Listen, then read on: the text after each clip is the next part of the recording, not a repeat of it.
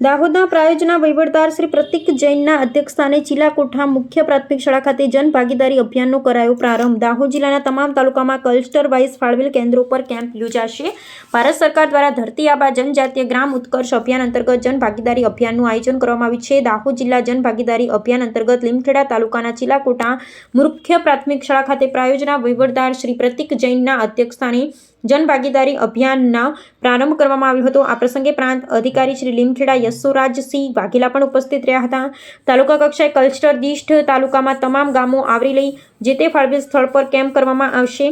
આ કેમ્પ દરમિયાન તારીખ 18 મેથી તારીખ 25 મે સુધી અભિયાન અંતર્ગત અનેકો યોજનાકીય લાભો સમાવિષ્ટ ગામોના લોકોને મળશે। તારીખ 18/5/2026 થી તારીખ 25/5/2026 સુધી યોજાનારા અભિયાનનો મુખ્ય હેતુ આદિજાતિ વિસ્તારોમાં સરકારની વિવિધ કલ્યાણકારી યોજનાઓ અંગે જનજાગૃતિ લાવવાનો તથા છેવાડાના લાભાર્થીઓ સુધી યોજનાઓનો લાભ પહોંચાડવાનો છે। આ અભિયાન અંતર્ગત તારીખ 19/5/2026 થી તારીખ 25/5/2026 સુધી વિવિધ ક્લસ્ટર બનાવીને કેમ્પનું આયોજન કરવામાં આવશે।